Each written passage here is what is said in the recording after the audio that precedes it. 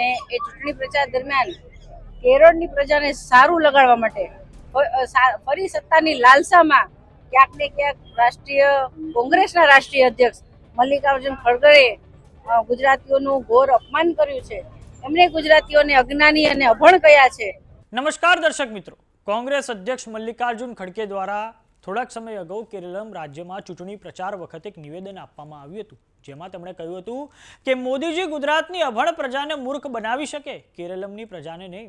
કેરળમના લોકો ખૂબ જ સ્માર્ટ અને શિક્ષિત છે, એટલે મોદી કે પિનારાઈ વિજયન કેરળમના લોકોને મૂર્ખ નથી બનાવી શકતા. તો હવે ગુજરાતમાં ઠેર ઠેર કોંગ્રેસ અધ્યક્ષ મલ્લિકાર્જુન ખડગેના નિવેદનનો વિરોધ થયો છે. જો કે મલ્લિકાર્જુન ખડગે દ્વારા આજે તેમના નિવેદનને લઈને માફી માંગી લેવામાં આવી છે. ત્યારે જામનગરમાં ભારતીય જનતા પાર્ટીના કાર્યકરો દ્વારા જિલ્લા ભાજપ પ્રમુખ બીના કોઠારીની આગેવાનીમાં આ મામલે મૌન વિરોધ દર્શાવવામાં આવ્યો છે. તો આ સમગ્ર મામલે બીના કોઠારીની પ્રતિક્રિયા સામે આવી છે. આવો સાંભળીએ તેમણે શું કહ્યું છે. આજે હું એક ગુજરાતી તરીકે મલ્લિકાર્જુન ખડગે જે શબ્દ ગુજરાતીઓ માટે બોલ્યા છે એનો ખૂબ સખત શબ્દોમાં વખોડી છું. હું એમને આ શબ્દો અને આ વાત પ્રત્યે મારો સખત વિરોધ છે.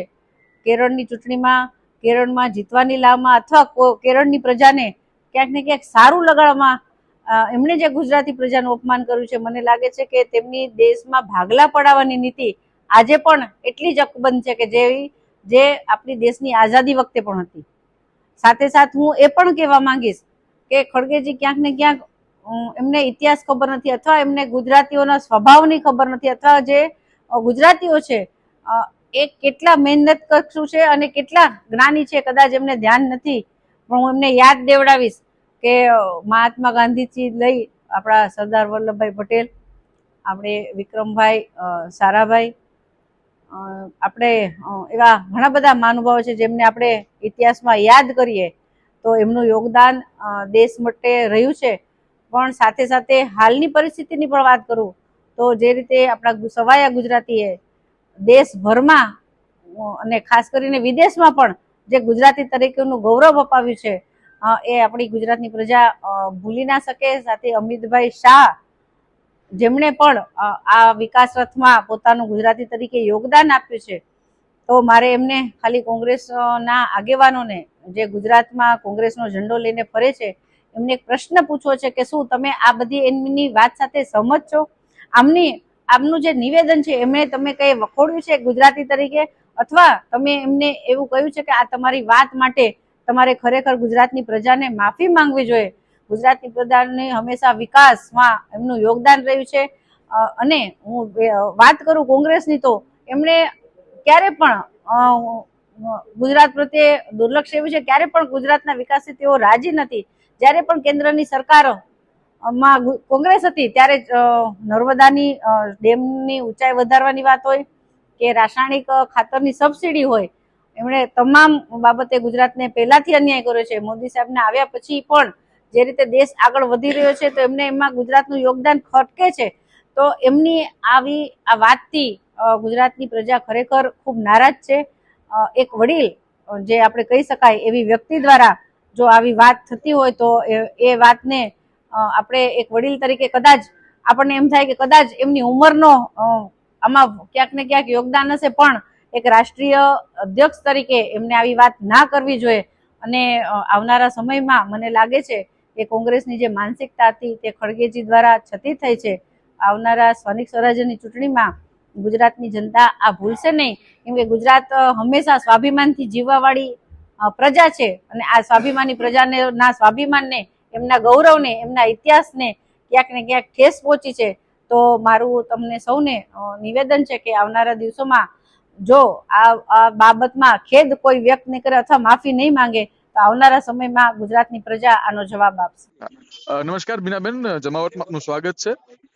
હાજી બીનાબેન, હાલ જામનગરમાં મલ્લિકાર્જુન ખડગે દ્વારા જે કેરલામાં જે નિવેદન આપવામાં આવ્યું હતું તેને લઈને વિરોધ જામનગરમાં કરવામાં આવ્યો ભારતીય જનતા પાર્ટી દ્વારા.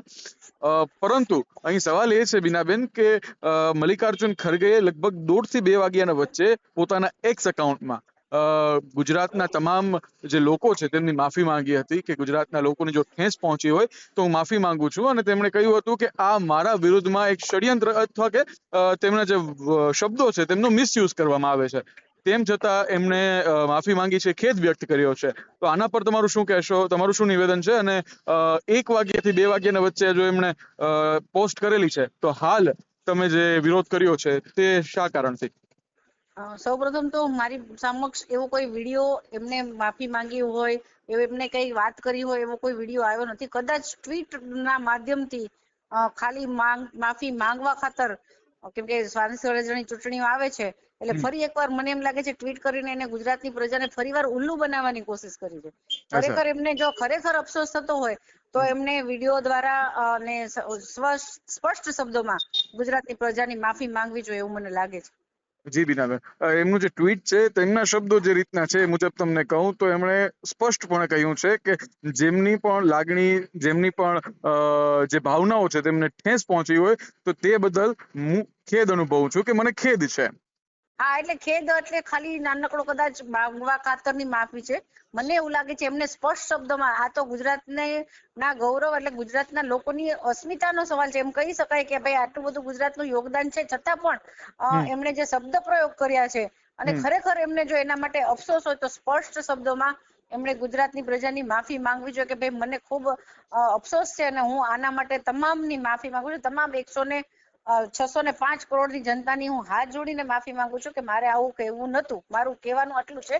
આવા સ્પષ્ટ શબ્દોમાં માફી માંગે તો મને એમ લાગે છે કે ખરેખર એમને દિલથી રિયલાઇઝ થયું છે કે મારે આવું ન કહેવું જોઈએ. પણ ફરીવાર એકવાર એમને ખાલી ટ્વીટ માધ્યમથી ખેદ વ્યક્ત કરીને ફરી એકવાર ગુજરાતની પ્રજાને ઉલ્લુ બનાવી હોય ને એવું મને પ્રતીત થયું, એટલે મેં વિરોધ પ્રદર્શન કર્યું. અચ્છા બેન, તો તમારો કોઈ મુદ્દો ખરી એમને લઈને? અને બીજી વાત, 605 કરોડ જનતા બેન, તમે જે વિરોધ કર્યો છે તો હાલ તમે કંઈ કહેવા માંગો છો કોંગ્રેસને, મલ્લિકાર્જુન ખરગે સાહેબ સુધી કંઈ પહોંચાડવા માંગો છો? તમારો કોઈ મુદ્દો હોય, જનતાને કંઈ કહેવા માંગતા હો? મલ્લિકા સાહેબ ખડગે વડીલ છે, કદાચ વડીલ તરીકે કદાચ આપણે એમ લાગે કે એમની ઉંમર પણ ખૂબ ખાસી એવી થઈ છે એટલે આપણે કહી શકાય કે એમનાથી કદાચ એવું બોલાઈ ગયું.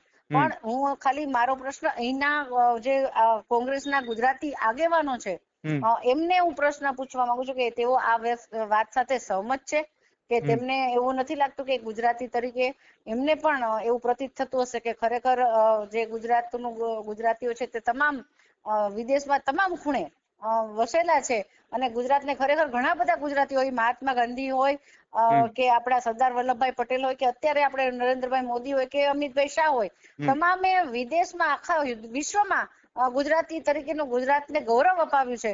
તો આ વાત મને બિલકુલ ખૂચે છે. એક રાજકીય આગેવાન તરીકે નહીં પણ એક ગુજરાતી તરીકે મને ખરેખર આ વાત ખૂચે છે. તો હું ગુજરાત કોંગ્રેસના જે અહીં ગુજરાતના આગેવાનો છે એમને હું જરૂર આ પ્રશ્ન પૂછીશ કે તમે શું આ વાત સાથે સહમત છો? જી બીનાબેન, જમાવટ સાથે જોડાવા બદલ ખૂબ ખૂબ આભાર.